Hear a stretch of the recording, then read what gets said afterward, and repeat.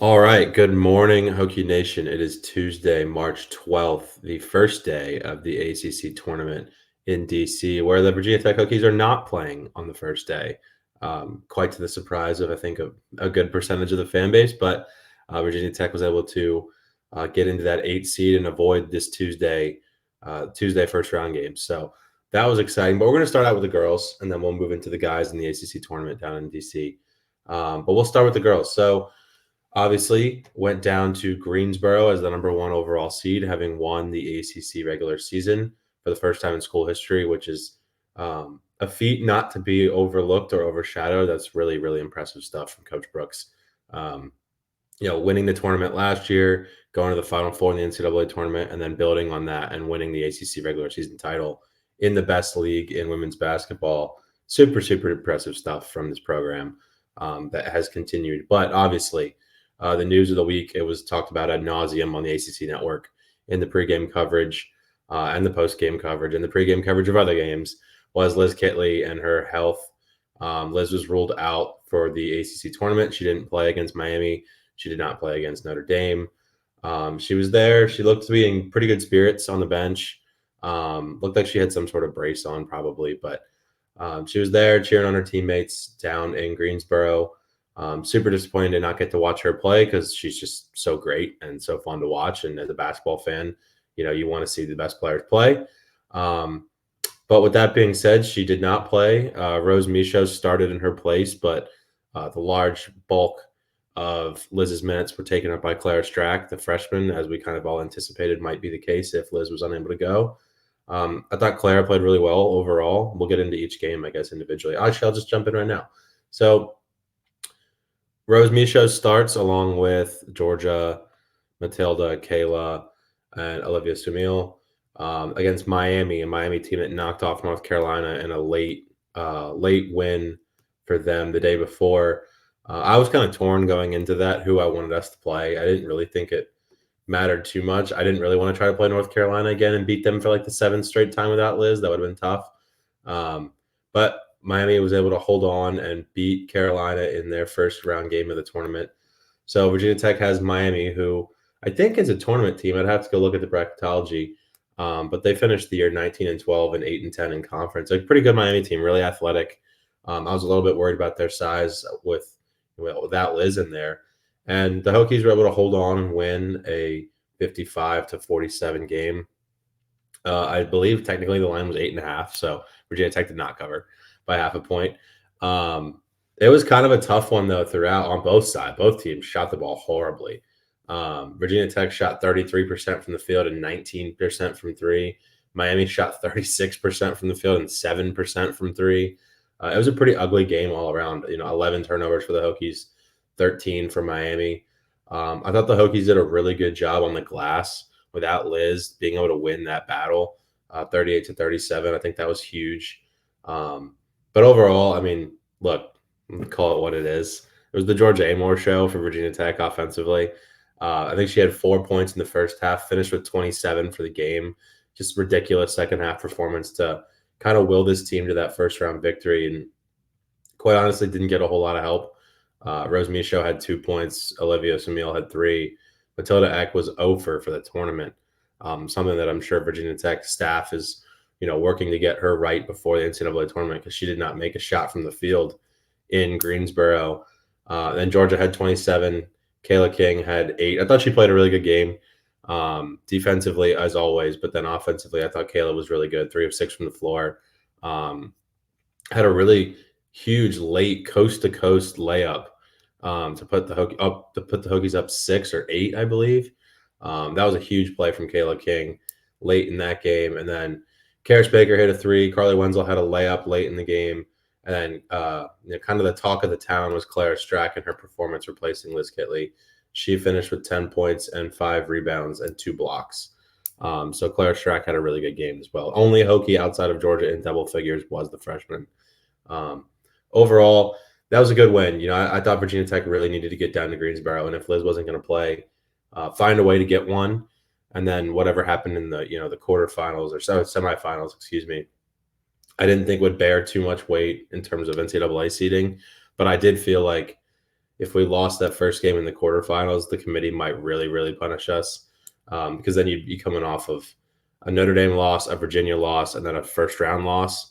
I thought the committee would definitely punish us, even to the point of maybe taking us out of the hosting position. So I thought getting that win was absolutely massive in terms of NCAA seeding. But Mike, did you have any takeaways from that Miami game?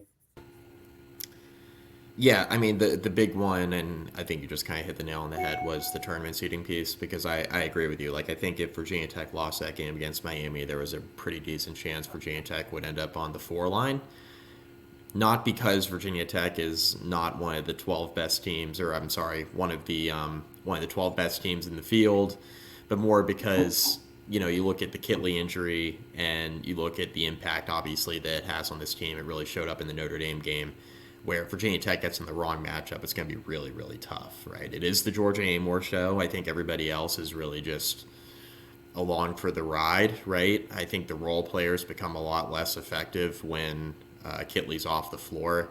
I think you saw it with Matilda Eck. I mean, 0 for 11 is kind of like an extreme for the ACC tournament, right? She's not going to, miss every single shot she takes, but for going 0 for 11 and then seeing the way that Kayla King struggled from the field, especially against Notre Dame, where she was just 2 for 8. You see kind of the onus it puts on the role players on this roster when Kitley's out of the lineup. I think the big difference for me between watching the Miami game and watching the Notre Dame game is that Notre Dame, from a matchup standpoint, like they have the answers, right, for Virginia Tech's strengths. Miami doesn't. Like Miami has a really hard time guarding, right? You saw it, with Georgia Amore and the way she played in the second half.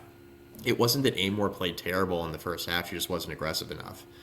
Kenny Brooks talked about how she needed to get her head out of her butt. I mean, that's what Georgia said after the game.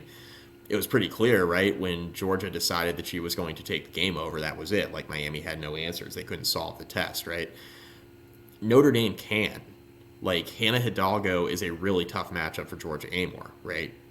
She's bigger. She's one of the best on-ball defenders, not only in the ACC but in the country. She's just a fantastic player. Mm-hmm. West Bell, with Kitley in the lineup, Notre Dame's a tough matchup with West Bell and the way she's able to match up against Kitley. But out of the lineup, I mean, just makes things really, really tough. She finished with 18 points and 5 rebounds, and she just overmatched Clara Strack in that basketball game. So I think that was a big difference between watching Miami and then watching Notre Dame. I know I only half answered your question about Miami specifically, but it was just kind of the takeaway for me was that, okay, you win that first game, and I think you're locked into a 3. Second game kind of is what it is. That was my big takeaway. But just seeing the difference in matchups is something I think that's really, really important when seeing how Virginia Tech's bracket falls out in the NCAA tournament, to seeing really what the ceiling of this team is if Kitley's unable to play. Like, I think if you run into the wrong matchup, you run into a team with a really good big, I think Virginia Tech's going to struggle, because the Hokies' main answer right now in the front court without Kitley is a true freshman. Strack's going to be really, really good eventually, right? And I think she's shown glimpses of it, right? But she's still a freshman. I think if you run up against a veteran front court, I think that's where Virginia Tech's going to struggle. If you run up against a bigger back court that can really hound Georgia Amore, I think Virginia Tech's going to struggle. So I think that's kind of what to watch heading into the NCAA tournament, kind of what the bracket looks like is, what's the matchup? Because, if Virginia Tech goes up against like a 19-12 team or something like that, right, in the second round of the NCAA tournament, you could say on paper, oh yeah, Virginia Tech, they went 24-7 this year. They were, they won the regular season in the ACC.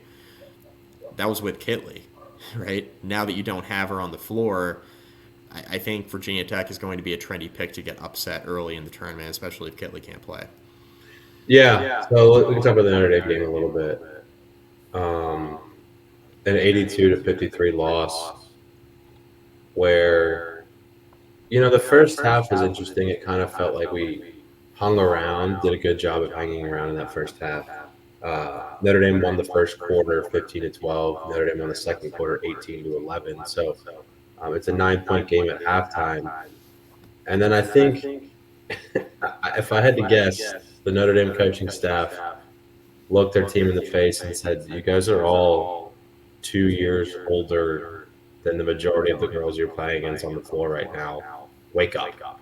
And they did. And they came out in the third quarter and won 28-17. They won the fourth quarter 21-13. And um, it was Maddie Westbeld going right at Claire Strack. It was Citron going right at Carly Wenzel or Karis Baker or whoever it might have been. Because when you look at the minutes distribution for the Hokies, you have your starters who are all upperclassmen.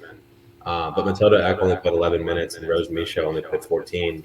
You look at the bench and it's freshman, redshirt freshman. Carly Wenzel played 23 minutes. I thought she played pretty well. Claire Strack played 27 minutes. I thought she played pretty well. Karis Baker played 17. Those are freshmen playing in against a Notre Dame team that only plays one, and she's the best freshman in the country in Hidalgo. So everybody else for Notre Dame is a junior or senior. It was pretty clear there was just an experience difference there. And heading into the NCAA tournament, we've got 2 weeks now to figure that out. Coach Brooks has 2 weeks to work with those super, super talented freshmen, get them into a position where they feel comfortable and can execute the offense, and be a threat. Because Karis Baker's a threat from outside, Claire Strack's a threat from inside, and I think Carly Wenzel brings an ability to create her own shot and create for other people that no other guard really on this team outside of Georgia has, in terms of putting the ball on the floor, beating their man one-on-one, and then either finishing around the rim or making a read and kicking it out to somebody for a three. So I think Carly Wenzel's skill set is super valuable here as we move forward into the NCAA tournament. So we'll talk about that now. I'll go on to say that Notre Dame did go on and win the ACC title. After watching them play against us in the semis, I was like, yeah, there's no shot this team's losing tomorrow. And they almost did. NC State kind of fumbled the bag late there in the fourth quarter. But Notre Dame did go on to win the ACC title. But that being said, NCAA tournament women's bracketology. Charlie Cream and ESPN has Virginia Tech as a 4 seed. I was kind of surprised yesterday when I sat down and went through a bunch of sites that do the bracketology thing. I was kind of surprised to see that the consensuses were a 4 seed, and in some cases the last 4 seed. I thought that was a little harsh, based on the year we had.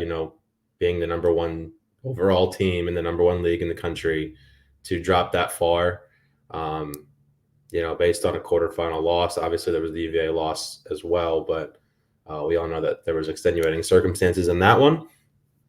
I was a little surprised that the general consensus was a 4 seed. So I'll just read off 2 of them that I have pulled up. This is the ESPN one with Charlie Cream. He has us as the 4 seed in South Carolina's region. The Blacksburg pod, or whatever the proper terminology is, he has Virginia Tech playing Fairfield in that first game, in the 4-13 game. And then if they were to win that, they would play the winner of 5 seed Utah and 12 seed Richmond. Utah would be a really tough matchup. Alyssa Peely is really, really good. That would be a really tough matchup. They're the number 20 team in the country right now, 22-10 in the Pac-12.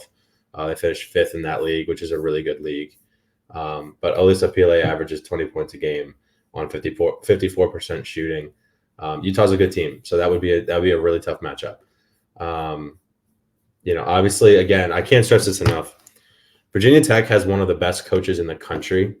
Kenny Brooks is an absolute wizard, and him with 2 weeks is something that I'm really hanging my hat on right now. If I'm a Virginia Tech fan, he's got 2 weeks to get a group of really, really talented freshmen ready to play.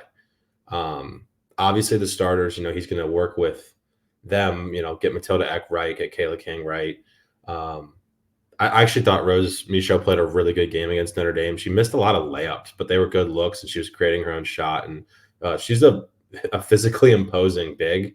I think there's absolutely something to work with there in terms of getting her to be in a place where she can be really productive in the NCAA tournament. She just hadn't played in a long time, so throwing her into the fire against Notre Dame was tough. But she had a lot of really good looks where she caught the ball in the block, made a little move, and got a shot, and just missed easy ones that I think she normally will make.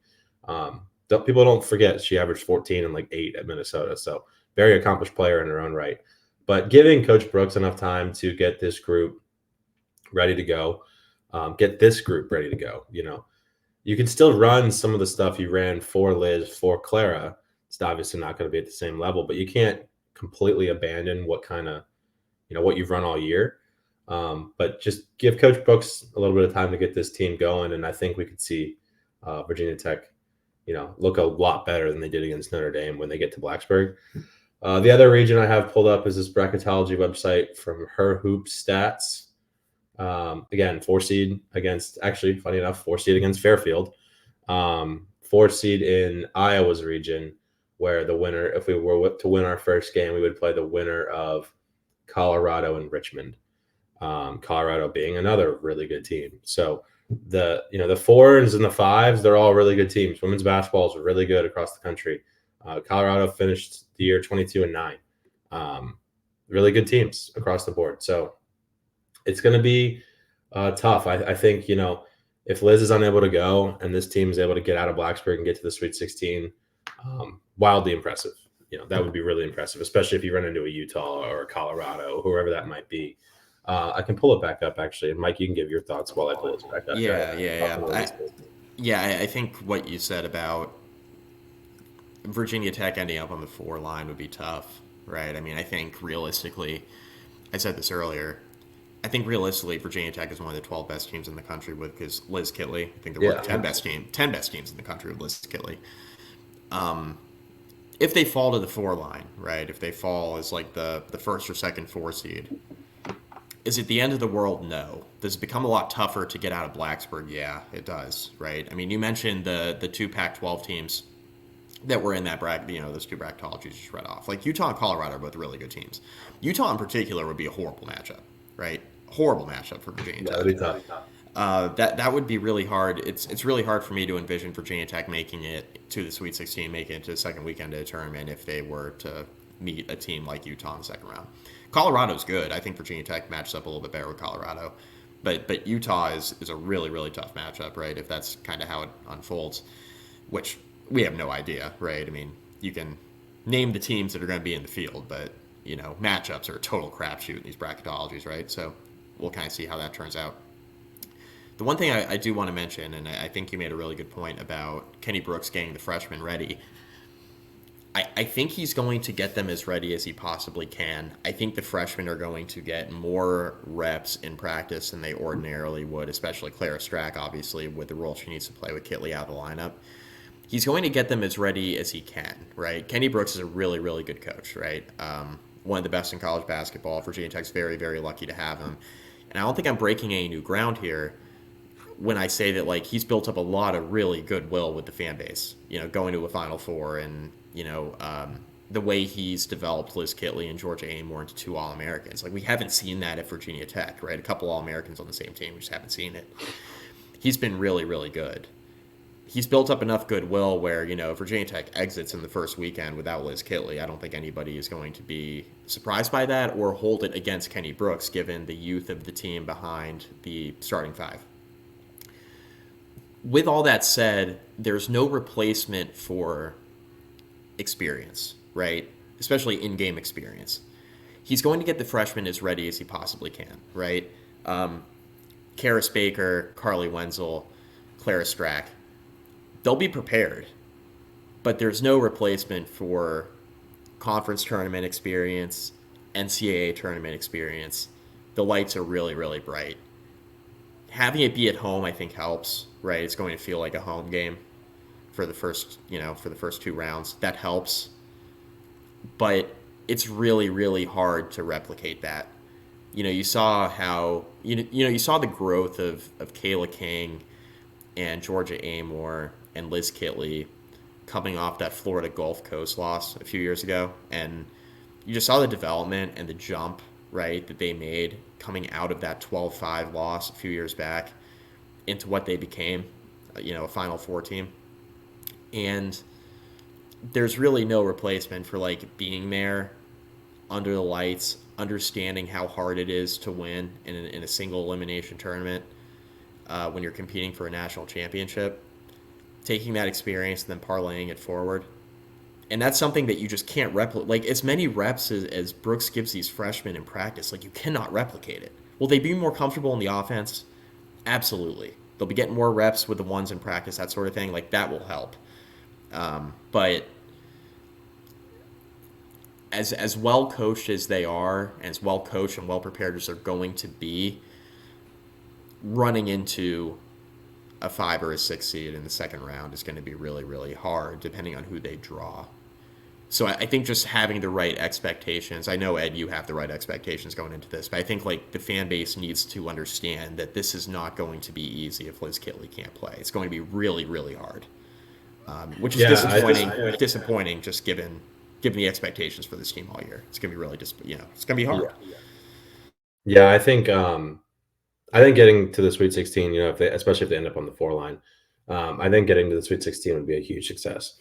Excuse me, assuming Liz cannot play, just to give the fans kind of a better idea of who some of the other teams we could potentially run into in those 5 to 6 seed lines. Oklahoma, Duke's a 6, Louisville's a 6. They wouldn't we wouldn't play either of them because they're in the ACC. They wouldn't want to do that. Kansas State's a 5, Syracuse is a 5, West Virginia's a 6, Baylor's a 6. So just to give people a better idea of what that might look like. But I think your thought about there's no experience for in-game tournament experience. I'll add a little bit of a positive twist to that these games are in Blacksburg. That's the luxury you afford yourself when you play really well all year long. These games will be in front of a home crowd, so from a familiarity perspective, that's going to be huge for the team. And they're obviously, they talk about all the time how awesome the fan base is and how much they feed off of that. And I'm sure they're going to be doing that in these first couple of games. So show up, pack it out. It's going to be really fun. And there's going to be some interesting matchups, it looks like. So I'm excited to see what kind of draw they get. I'm glad they have a full week off, get Georgia and Clara in that 2-man game, get Clara up to speed as quickly as possible. And we'll see what happens because, again, these aren't your run-of-the-mill freshmen. These are all top 100 recruits. These are all really, really good basketball players. So getting them the experience they need and getting them the comfortability that they need ahead of this tournament will be huge. And then, actually, we probably haven't talked about her enough, but it's a luxury when you have 2 of the best players in the country because Georgia Amore is an absolute nightmare for other teams. What did she have? 39 against Virginia, 27 against Florida or Miami, and then I think like 24 against Notre Dame or something like that. So, it's absolute freak show. Flip over to the men. So, the tone and tenor of the men's team has been interesting all year long. The Virginia Tech men finished 3-0. They're 3-0 in March. They finished 18-13 overall, 10-10 in conference, and 8th in the ACC. If you had told me that maybe a month ago, I'd be like, wow, that's pretty good.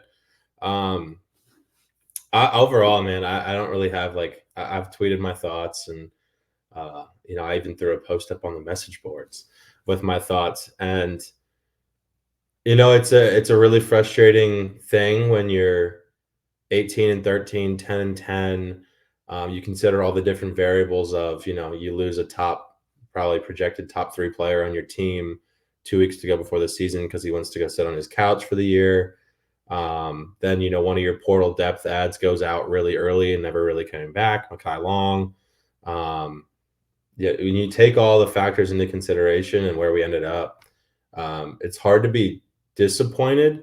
Then you go back and look at some of the razor thin margins of games we lost and how close we really were to being in the NCAA tournament solidly. Like we'd be sitting here right now knowing we are in no matter what happens in DC. That Miami 4-point loss, the Florida State 3-point loss, and obviously the South Carolina 2-point loss. You take 1 or 2 of those games and you're probably in the tournament. So that from that perspective, it's really frustrating. But, this is a basketball program at Virginia Tech that always kind of has and will probably continue to need to operate on really thin margins. We have a coaching staff that allows you to be under-resourced and still be competitive with how good they are at developing players, how good they are X's and O's, and how good they are at scouting their opposition. This coaching staff's elite. I will beat that drum till the day I die. This coaching staff is fantastic. They keep you in games that you probably otherwise shouldn't be, and they help you steal some where you otherwise wouldn't. I mean, our last three games, Wake, Louisville, Notre Dame, they're all spending more money on their roster than we are. Beat them all. So, when you look at it from that perspective, it's interesting. Not that dollars are the end all be all, but when you're underfunded operationally, that's all publicly available data. We're underfunded from a basketball operations perspective. Um, and then you kind of read the tea leaves on the NIL side of things. Um, we're certainly not at the top of the league there, and to finish 18 and 13, 10 and 10, 8 seed in the tournament with 3 straight wins against teams who are spending more money than we are. It's hard to be super frustrated, other than the fact that a loose ball here and a layup there, and we're in the tournament. I mean, there's a lot of teams who are in that position nationally. So overall, I was super impressed with the way this team and the staff kept this team locked in. It started to get ugly there after that Pitt Syracuse back-to-back road losses. I was like, oh crap, is this going to spiral? And then they come out and they beat a Wake Forest team who has tournament hopes. Actually came back from the largest deficit in Mike Young's time at Virginia Tech to beat that Wake Forest team.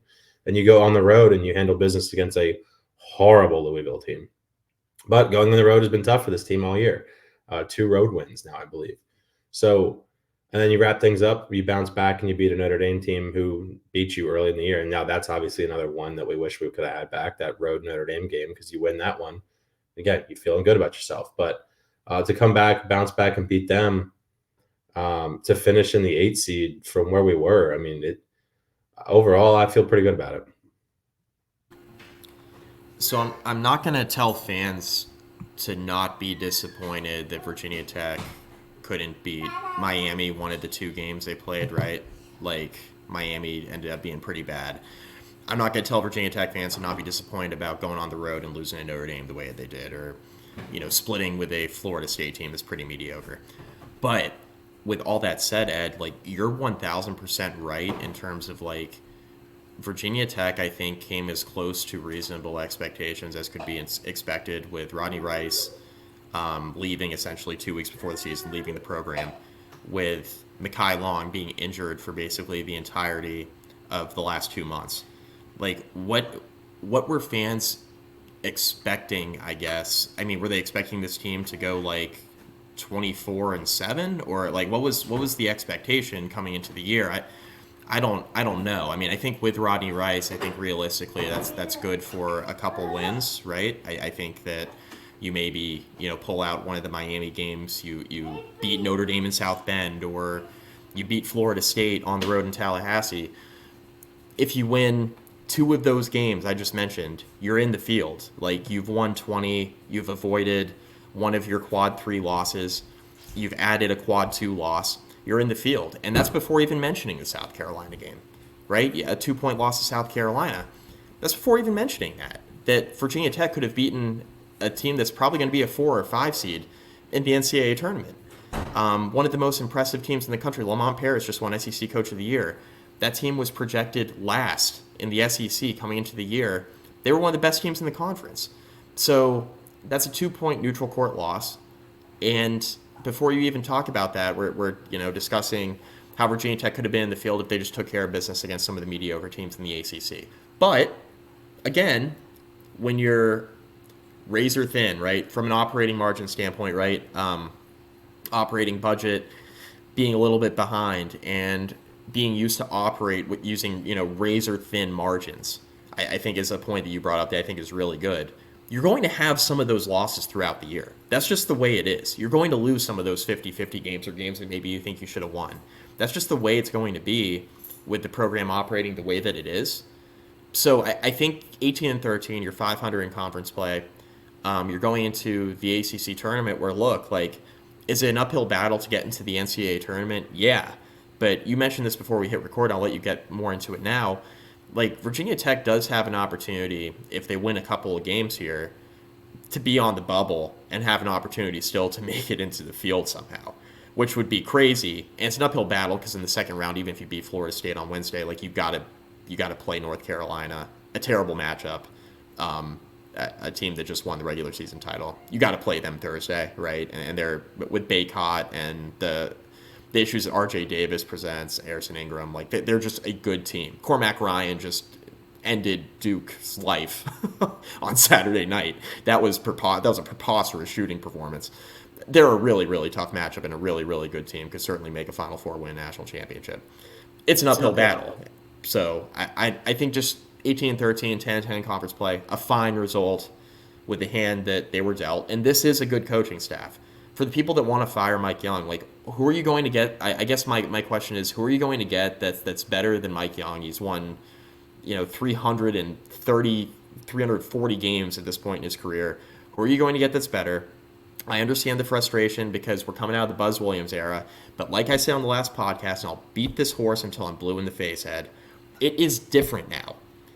Buzz Williams could recruit in a way that Mike Young cannot because NIL and the nature of recruiting legally now is a lot different than it was 5 years ago. It is an entirely different landscape on the recruiting front. And Virginia Tech, until they take the NIL seriously on the basketball side, they are not going to be able to recruit or develop or, most importantly, retain players in the way that Buzz Williams could. They're just not going to be able to do that. It's different with the portal and everything else.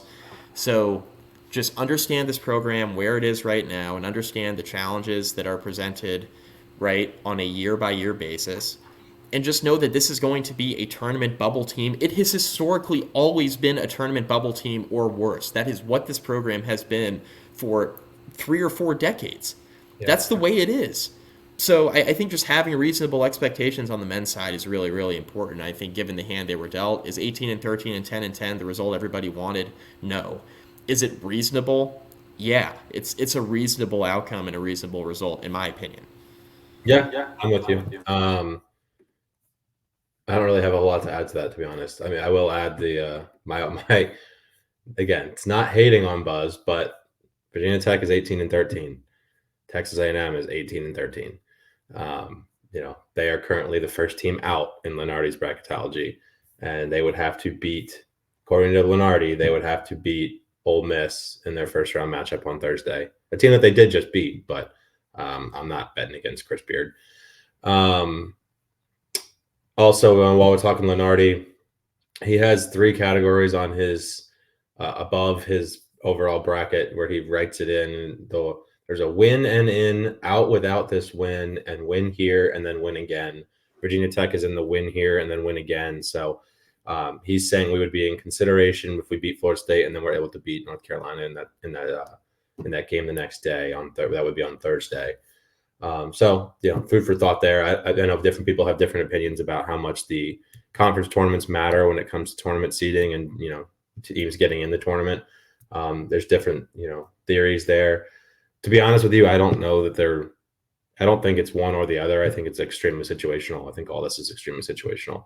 It's throwing stuff at the wall and seeing what sticks. So from that perspective, I do actually think he's probably right. I think if we beat Florida State and then beat Carolina, we probably would be in consideration. What that means, who knows? Let's just hope we have that discussion, come Thursday. That being said, currently he has us out. NIT projections, found one NIT bracketology, has us as a 4 seed hosting LSU. So that'd be kind of fun. Now there is the conversation of can a men's team host an NIT game while our women are also hosting? I know that was, I guess, issues with that last year. I think Virginia Tech would probably try to find a way to make that work. So we'll see how it all shakes out. There's still hopefully a couple basketball games to be played between now and then.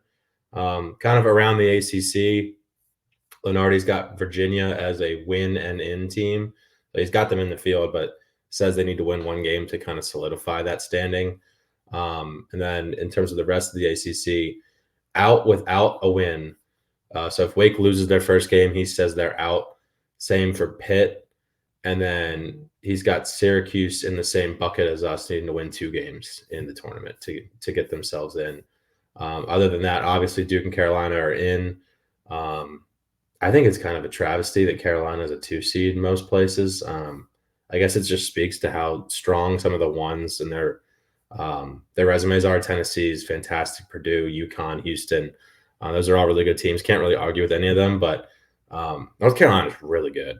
I would not want to run into them. If I was UConn and I look down at my region and my region's got Kansas, Kentucky, and Carolina in it, I'm not too happy about that draw. No, not at all. And like I think Tennessee is probably, especially with the loss to Kentucky over the weekend, I think Tennessee is the shakiest of the one seeds, right? Like if Carolina goes out and wins the ACC tournament and Tennessee does not make it to the SEC tournament final, I think Carolina does have a chance to be that fourth number one seed. But if Tennessee goes out and wins the SEC, I mean, I think they're solid, right? And I think Carolina ends up in a situation where both schools win their conference tournaments. I still think Carolina's a two seed over. I think Tennessee ends up with the fourth one seed in that scenario. Yeah.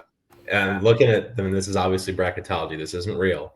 But this UConn projected bracket is horrible.